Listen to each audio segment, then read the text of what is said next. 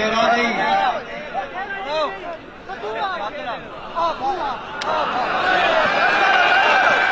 कबूतरा है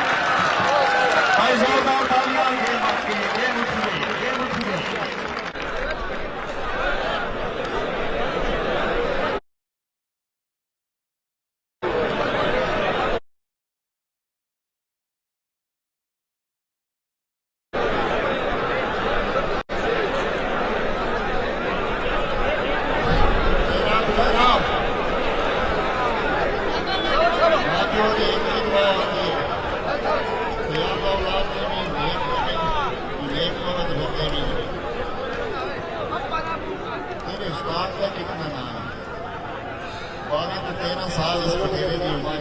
पहली दफा मानी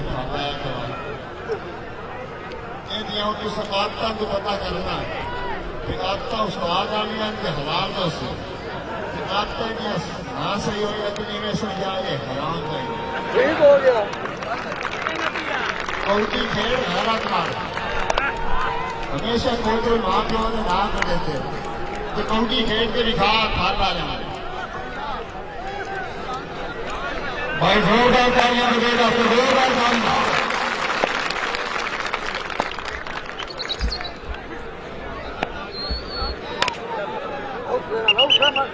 लड़का मैं कुश्ती पे करी मैं बहुत फूका सा हूं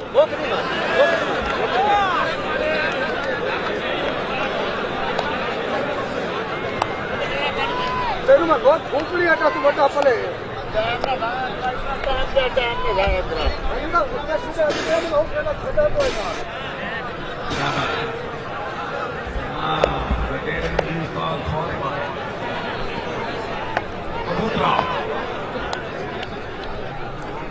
बड़ी खेल बड़ी खेल